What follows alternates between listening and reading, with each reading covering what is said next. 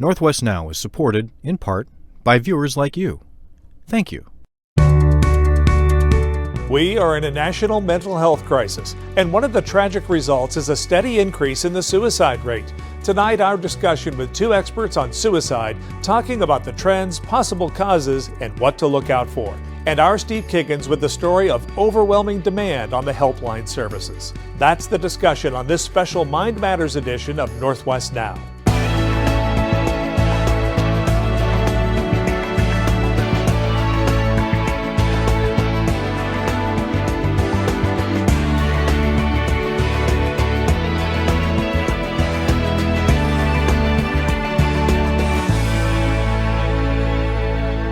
Welcome to this Mind Matters edition of Northwest Now.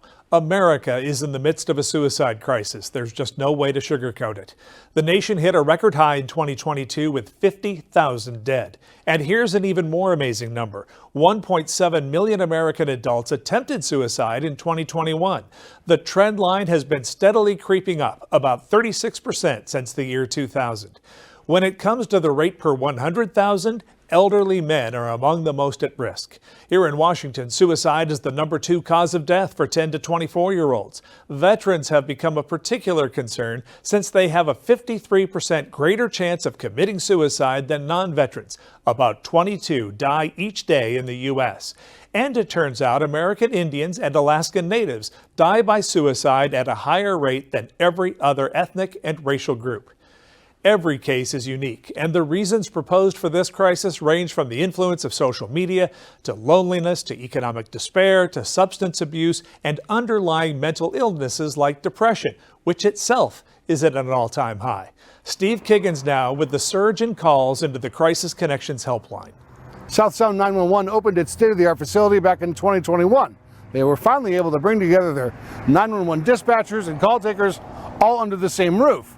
Well, last summer, a pilot program also brought together 988 crisis counselors all together in the mix, and it's a program meant to deliver emergency mental health care. 911, buddy reporting. Completing the new South Sound 911 facility on Pacific Avenue took vision and a decade of planning.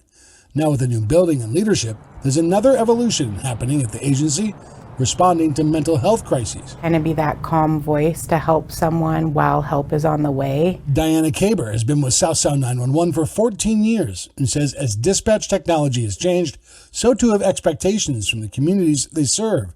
A new pilot program adds crisis counselors from the 988 Suicide and Crisis Lifeline to the call center. Vast majority are saying, no, I feel like I'm actually connecting them to the right resource as quickly as possible. I'm not giving them a number to call. It's a no wrong door type mentality. Sometimes people call and they don't want you to fix. They don't need your advice. Rachel Wilson is a crisis counselor with Volunteers of America, Western Washington. She says the pilot program allows collaboration aimed at providing the right services for the right crisis. It's really great to be able to, not only do I know about the service, but I know so-and-so is 3 chairs down from me.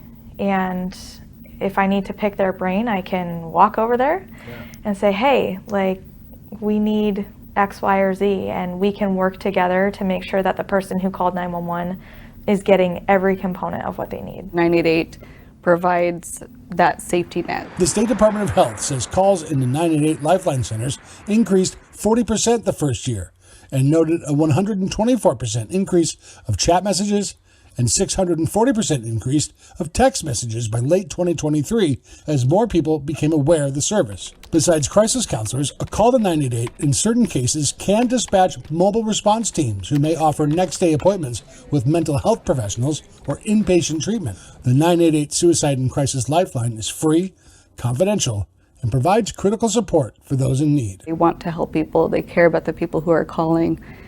I just really would urge anyone to call, even if they're in doubt. In Tacoma, Steve Kiggins, Northwest Now.